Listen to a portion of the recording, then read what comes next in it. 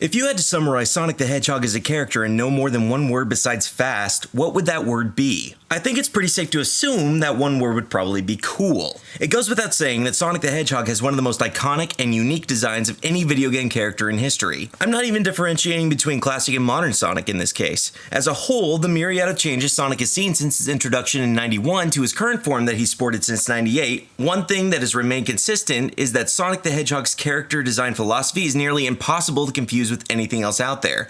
What's even more important though is that the Sonic style is extremely functional when it comes to conveying extremely cool character entirely through its aesthetics and animation. This was a major boon for the series at the beginning when Sonic Team had very little else available to them besides their aesthetic choices to convey a character in the early days of the 16 and 32-bit eras. During a time when game developers were in a creative gold rush to learn the visual language of video games in the late 80s and early 90s, Sonic very quickly became the front runner aesthetically at a time where creators were still making the jump from machines that limited their graphical fidelity to systems that are still to this day considered the golden age of 2D sprite art. As you often see in time periods after hard limits are shattered creatively, artists sometimes have a hard time knowing what to do with their newfound freedom. This is far from a bad thing, however, as the period of experimentation is essential to developing a precedent to follow to capitalize on the full potential of each console's power. At this time of general experimentation, Sonic burst onto the scene in a form that screamed confidence. Each and every animation utilized in the classic games left no room for interpretation about Sonic's personality, abilities, and swagger. To this day, it's pretty mind-boggling all of the conveyance Sonic Team was able to pack into a few 2 to 4 frame animations. All of it worked together to almost make Sonic feel like an established character long before his actual creation, thanks to character designer Naoto Oshima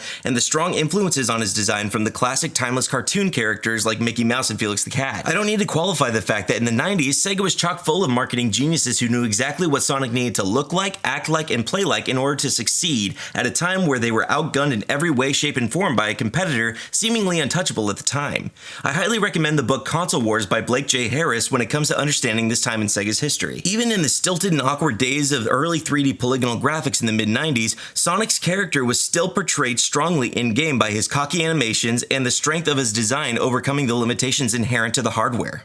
It's a testament to the care and effort Oshima put into the initial development of the character, and little was lost of Sonic's core tenets even during the strains and transitional time of the Saturn. As a matter of fact, I think aesthetically, Saturn Sonic is probably the most refined and visually consistent style that the Sonic franchise has ever had, though that's an essay for another time. It's a true testament to the skill of the creators involved that even when there wasn't a main series game for the franchise to hang its hat on, Sonic as a character remained cool. But at some point, something changed. It's difficult to pinpoint when this happened or what the catalyst was that instigated it, but fans can't deny that somewhere along the road, Sonic as a character just stopped being cool. How did this happen? When did this happen? Was it something that changed with the character and the games themselves, or did culture itself change around it? And is it something that can be reversed even today? I for one believe that not only is Sonic's decline in coolness a symptom of choices made within the games themselves, but that it is an issue that can definitely be reversed if the right direction is taken to remedy it. To start, let's go back to the most transitional time of the series, 1998. As Sega transitioned from the Saturn to the Dreamcast, a decision was made for the Sonic series that served as the catalyst for the problems Sonic faces today. However, that decision is not the one you may be starting to angrily type about in the comments. If you're expecting me to either start praising or besmirching Sonic Adventure's redesigns of the characters by character artist Yuji Iwakawa, you're going to be disappointed either way. While I don't think that the Sonic Adventure designs are nearly as timeless or iconic as the classic style, I also don't think that they in any way kill the appeal of the characters either.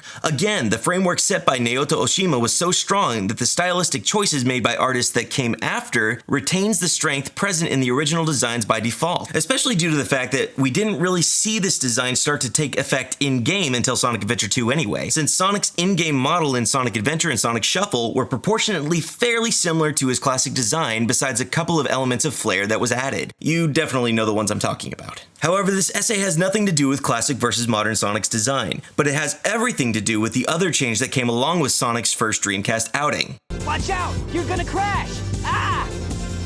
Voice acting. When the technical limitations of the 4th generation fell with the advent of CD quality audio, you started to see higher utilization of voice acting in games. Some games used it more than others, but regardless, you saw character dialogue go from a few sparse, digitized, and bit-crunched audio clips to sounds that were actually recognizable as human speech. And by the time that the 5th generation gave way to the 6th generation with the Dreamcast in '98, you saw voice acting utilized more often than ever. While this brought a new era of storytelling to interactive media as a whole, I'm hard-pressed to say that the introduction introduction of voiced character dialogue really helped the Sonic series in any tangible way. As a matter of fact, I'm more inclined to say that the continued inclusion of it has actually diminished a big part of what made Sonic's character so appealing in the first place. Let me start my explanation with a question posed to you, the listener. What do you think is the coolest moment in a Sonic the Hedgehog game? I'm sure a few specific moments probably sprung to your mind. Maybe you think that the opening and closing animations of Sonic CD is unparalleled in its cool appeal. Maybe the memory of Sonic running away from the Orca in Emerald Coast in Sonic Adventure still sends a shiver of epic up your spine. Perhaps Sonic Adventure 2 Battle's opening cinematic of Sonic and Shadow clashing against the full moon over not the Golden Gate Bridge to a remix of Live and Learn makes you fist pump to this day. Or perhaps maybe Sonic Unleashed opening cinematic is a culmination of everything that makes Sonic Sonic. And seriously, if the Sonic movie doesn't look like this cinematic, I will be salty for eternity. Maybe I didn't mention your particular favorite cool moment in the Sonic series, as there's plenty of them across the 25 years of games and other media Sonic has starred in. But I'm willing to bet that most of those moments had something very specific in common. There's very little to no character dialogue involved in them. Sonic characters by design are visually engineered to look fantastic in motion. They're at their most expressive when they're working within the strengths that they were originally created to convey. Exaggerated physical movement, body language, and facial expressions. They have the ability to represent a calm and collected character in one situation, but also to present that character putting forth serious exertion and making it just by the skin of their teeth in another. Even though they're basically considered a joke at this point, the animations in Sonic Adventure and Sonic Adventure 2 actually played into these strengths quite well, though I doubt many would argue that their inclusion actually made Sonic & Co. look any cooler per se, and the utilization of voice work definitely doesn't aid that cause either. Let me get something straight right now. I have nothing against the voice actors of the Sonic series. That's Eggman! I wonder what happened to Sonic. Well, most of the voice actors at least. But the fact of the matter is, the dialogue in Sonic has never been good. Sure, there may be moments of gold here and there, but by and large, it's at the same level as the first Evil Dead movie. Why are you torturing me like this? Why? Goofy, campy, and fun, but by no stretch of the imagination good. Voice actors only have what they're given, and when they're only given a terrible script with spotty voice direction, as was notoriously the case in Sonic Adventure and Sonic Adventure 2, it would take a miracle to transcend that. And despite the best efforts of those involved, it will probably never result in a cool vibe emanating from the final product. I can only think of one exception to this rule in the Sonic series, the final confrontation of Sonic and Shadow in the Hero and Dark stories in Sonic Adventure 2. So, there's more to you than just looking like him. What are you, anyway? What you see is what you get. Just a guy that loves adventure. I'm Sonic the Hedgehog. I see, but you know, I can't let you live. Your adventure days are coming to an end.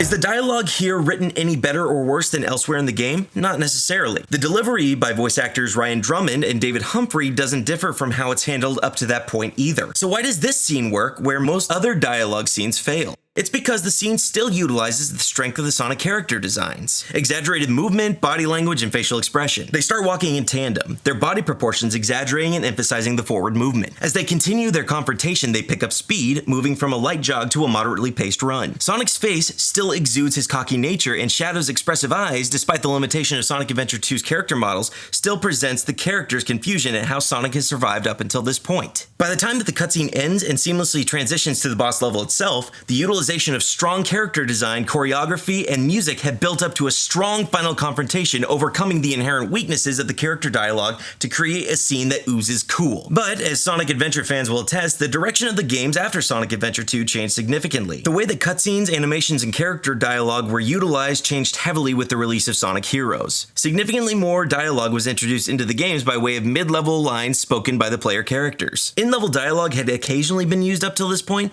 but Sonic Heroes changed the dynamic to the point that characters had begun speaking during levels more often than not, and very little of that dialogue was anything other than shoehorned fourth wall breaking hints to the player. It was around this time that a lot of Sonic fans started to realize that there was a pretty substantial shift taking place in how Sonic himself was being portrayed. The amount of dialogue utilized, the lighter tone, as well as the playing down of character animations, which saw dramatic simplification from the fairly nuanced in-game animations of Sonic Adventure 2, caused a pronounced truth to slowly become realized. Sonic had shifted from being cool to merely acting cool. This feels counterintuitive towards something that up till that point had been one of Sonic's greatest strengths. Fans didn't need to be convinced that Sonic was cool, he proved it with everything that he did visually. This issue has only expanded over the course of time. While the irritating amount of in-level dialogue has been quelled almost entirely since Sonic 06, Sonic Team's current approach to dialogue is probably the least engaging one they have ever utilized. Characters no longer really emote in any way that takes advantage of the strength of the character designs. The cutscenes in Sonic games since Colors play out with nearly static characters spouting one-liners as opposed to being expressive dynamic scenarios seen in the adventure-era games. This is a shame because the small moments of charm that occasionally do surface from these games show that Sonic Team's command over animating their character models has improved vastly since their earlier attempts. The lack of dynamic, coupled with the fact that the dialogue spouted by characters generally doesn't carry any content of particular value to the plot or otherwise,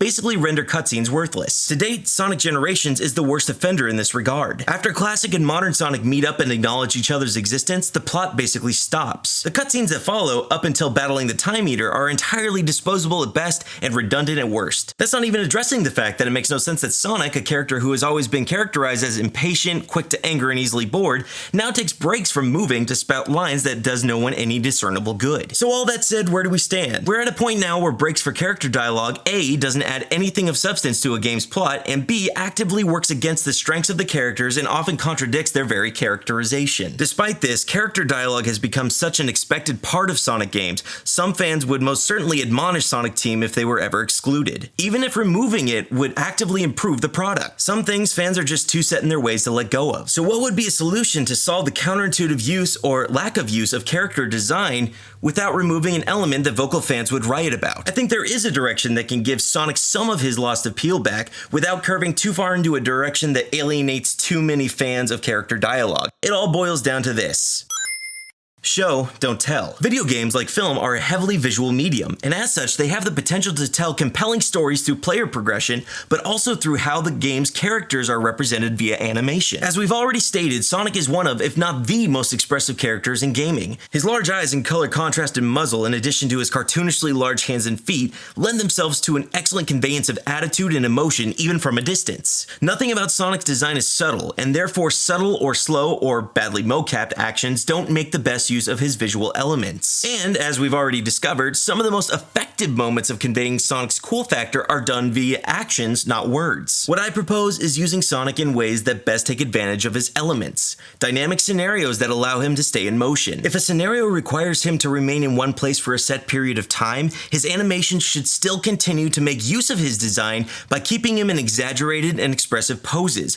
not almost entirely static and spouting unnecessary corny lines. The last point leads me to what I'm sure will be an extremely unpopular position to take. Sonic and Code just shouldn't talk. At least not profusely. It's so much more elegant in terms of storytelling to represent emotions and intentions via visual means rather than literally spelling something out for the viewer. In the classic days, there was no confusion that Sonic was cocky and determined. These traits were expressed and represented entirely in pantomime. Contrast that to now, where little to none of that is conveyed in the character himself, and the attempt to represent that in dialogue causes him to come across as more of a tryhard than anything. There is a very major difference between a cool, aloof, impatient hero and a high school jock douchebag. In the case of Sonic, the latter is definitely the type of character that the current dialogue writing conveys. However, just because dialogue doesn't suit the protagonists of the Sonic series doesn't mean that there aren't places where it can fit perfectly well. Few fans would deny that Dr. Eggman has truly been brought to life by Mike Pollock's portrayal. The use of voice acting actually complements Eggman's characteristics as a verbose, narcissistic, evil genius. Limiting the majority of spoken dialogue to his character would cause his appearances in the game to be more special due to the contrast, and would also elegantly highlight the differences in character between Sonic and his friends from their arch nemesis. Ultimately, the key to undoing the damage that has been done to Sonic's reputation as a cool character is to embrace storytelling that complements the strength of the characters the developer is trying to endear us to. There was once a time where Sonic the Hedgehog as a character didn't have to convince audiences that he was cool. Art direction, animation, and conveyance all made these things abundantly clear, and players were able to come to that conclusion on their own by their successful utilization. In the fervor to maximize the technology available to them,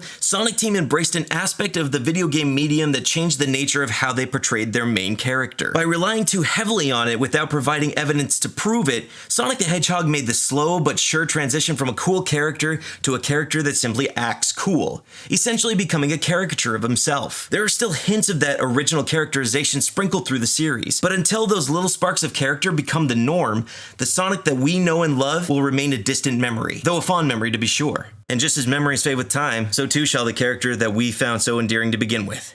And that's all I've got. Have a good one.